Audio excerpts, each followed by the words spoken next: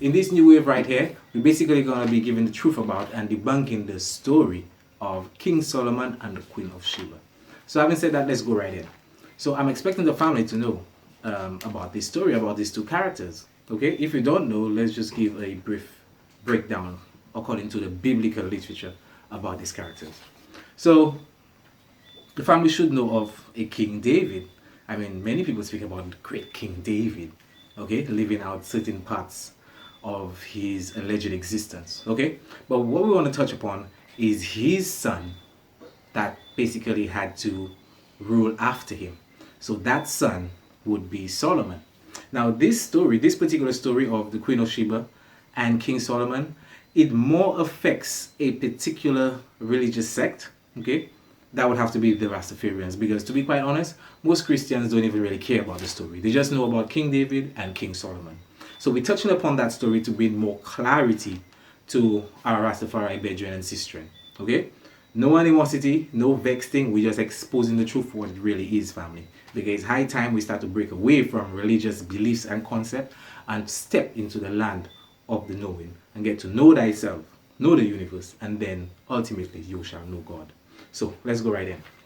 So this Solomon, when he exceeded to the level of king, okay, he basically got an opportunity to ask God, the Yahweh, God of the Old Testament, that we have proven is actually Satan.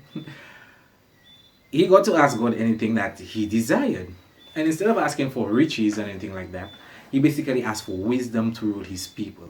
So that is why you would hear certain titles being attached to Solomon, like the wisest king who ever lived. Okay? When I just joined Rastafarianism, you used to hear little myths like, you know, marijuana, the first time it was found was actually on Solomon's grave.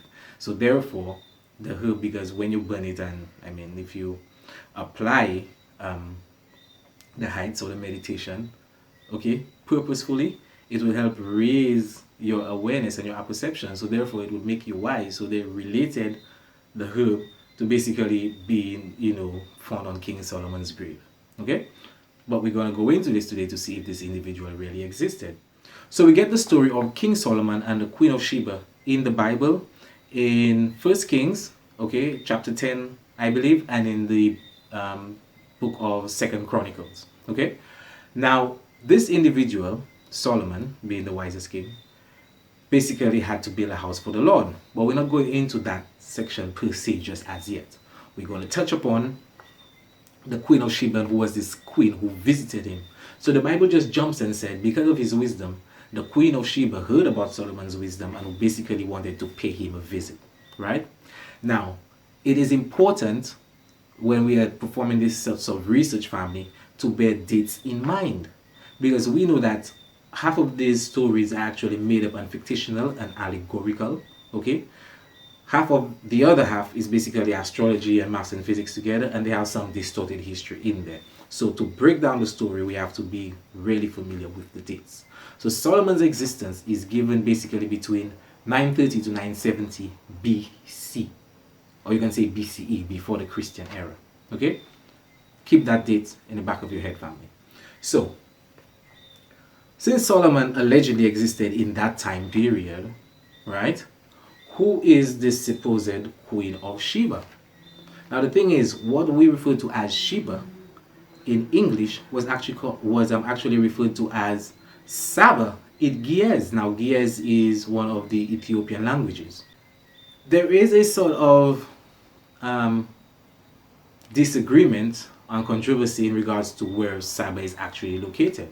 So we get the story of King Solomon and the Queen of Sheba in the Bible, in Kings and Chronicles. We get it in Targum Sheni, which is basically an ancient Amharic text, and we get it also in the Quran. Surprise? Nah, don't be surprised. You should know by now that Islam is actually just a copycat from Christianity and Judaism.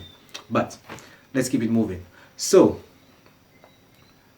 there is no place called Sheba according to outside of this text that I just mentioned, family, the Quran, the Bible, and the Targum Sheni, there is no archaeological evidence supporting the existence of that particular place called Sheba. There is no place called Sheba.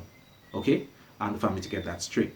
But there is a place referred to as Saba.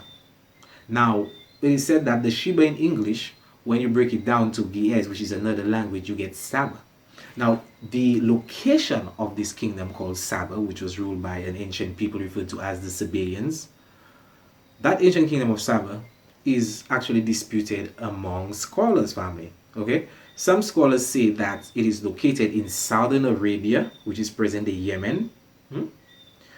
And the Kebra said that it was located basically in Ethiopia, okay, between Ethiopia and Eritrea, right? So none of them cannot actually come to a conclusion where this place is. So as a result, that is why it is said that though the queen may have existed, they do not know where it is she traveled from.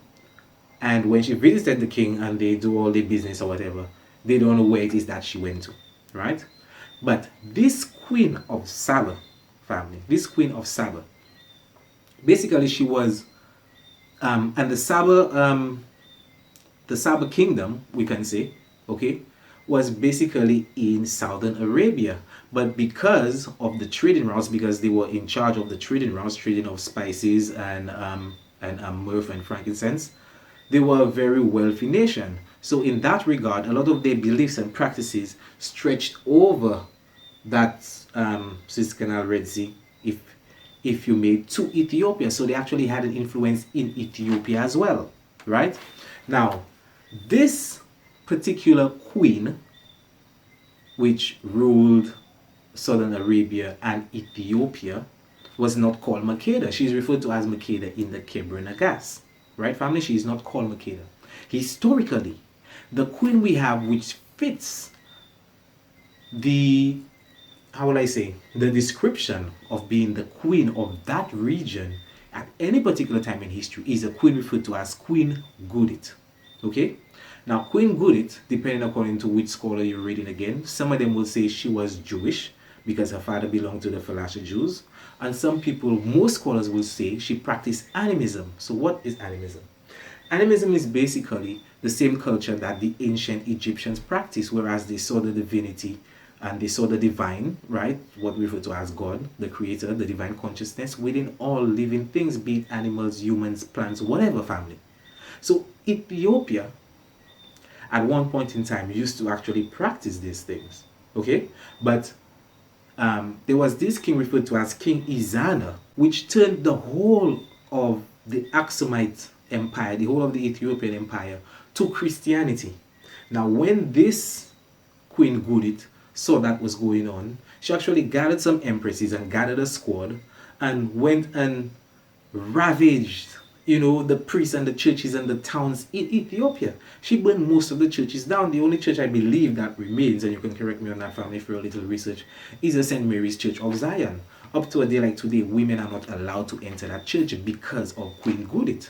Okay? And it is said that she ruled for 50 years. There is an Arabian writer, right? Ibn Hainalim, something of that sort, that actually writes and says that he knew of this king ruling Ethiopia for how many years? 30 years and counting.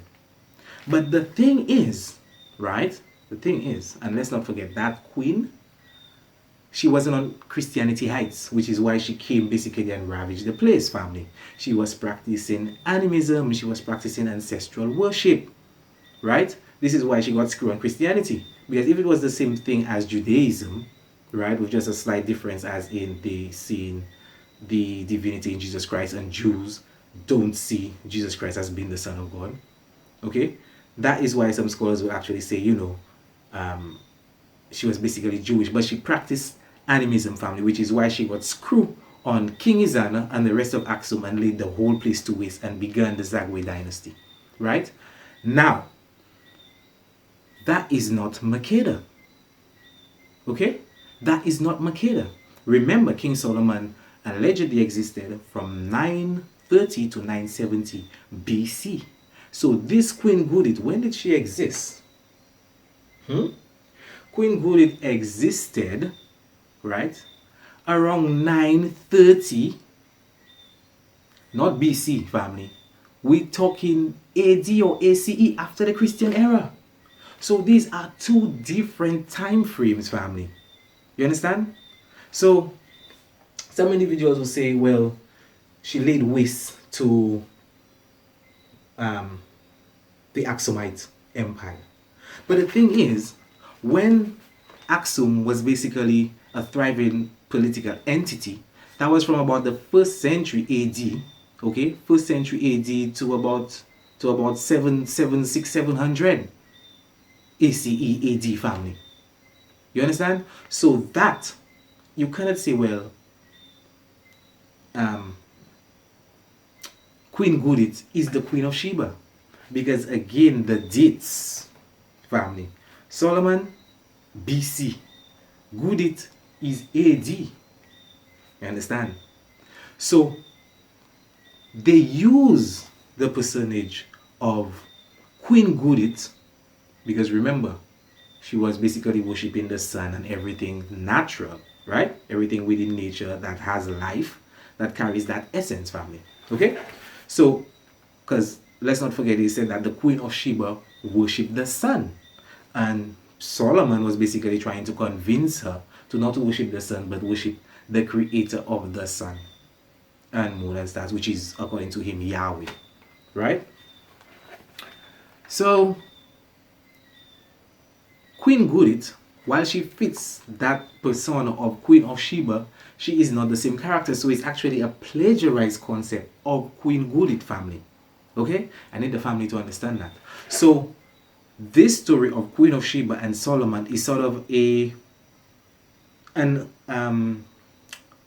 anachronistic perception and point of view put into the Bible to even confuse us.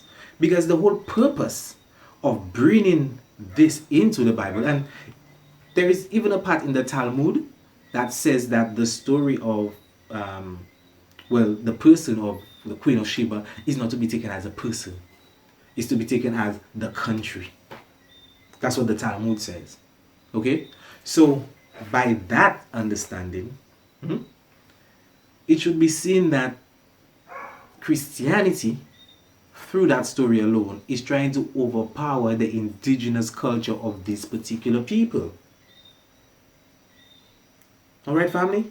And then through the Byzantine Empire now, making up this fable about King Solomon and the Queen of Sheba to try to begin a Solomonic line in Ethiopia and try to basically claim rulership and divinity through that line, family. You see what I'm saying? So the Queen of Sheba never existed, but the Queen of Habasha, the Habashas, okay, Queen of Saba, the Habashas are basically the Ethiopians and the Eritreans, the same sort of people, but that kingdom, as I said, had its foundation in Arabia. Now, a lot of people will say the Sabians, they were black people. They were black people. It is not definite because obviously the ancient people of any location would have to be black because we have our genetic marker on almost everywhere on this continent, family. Okay? So, while we know this, at the point that these stories were actually written, family, which set of people were living there? What set of people were living there? Okay? Because many depictions and many pictures you will get of the Queen of Sheba and even King Solomon, they're white people. They're white people. I even came across a post in the Britannica Encyclopedia that says most of the inhabitants of Ethiopia are basically from Yemen.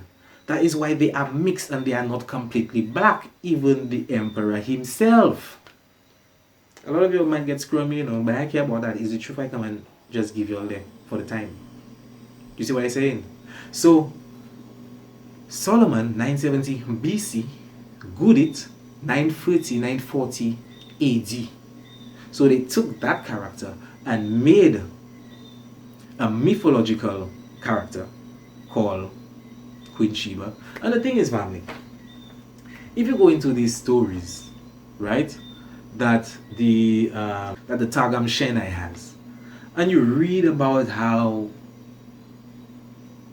King Solomon actually, he wanted all of the animals to submit to him, and there was a particular bird that didn't submit to him, and he was screwed, and he said he went to kill the bird. And when the bird came to his presence, the bird tell him, well, it has been flying all day and it flew over a place called Sheba, and there was this great queen, and that is why it wasn't there to submit to him. And he asked one of his magicians to make her throne disappear and come by him. So when she comes over, and a whole lot of story. It even go deep in the Kebranagas that say, well, like she was actually born with one normal foot and one goat's foot. And as a result, the king actually filled the room with water. And the same wood that was used, it's another video we have to do called the wood of the cross. The same wood that was used to erect the cross of Jesus Christ was hidden and put below the water, family. And when she stepped on the wood, apparently her foot became whole, and a whole load of mix-up and story in that, right? But we're not going into that again. I just had to touch upon stuff that the Kebranagas has in it. So when you look at read these stories, family, these stories are mythological. As I'm telling you, during the time of Solomon, his alleged existence, there was no such queen that ever existed. Okay? So now that we have dealt with the Queen of Sheba, there was no such individual, but who they made and molded that character from, we now need to go into King Solomon. Okay? So who is this King Solomon, great King Solomon? They've been looking for Solomon's temple that apparently must have been so magnificent, and they cannot find it up to now. Archaeological evidence again, family. A man trying to tell me the absence of evidence doesn't mean the absence of evidence doesn't mean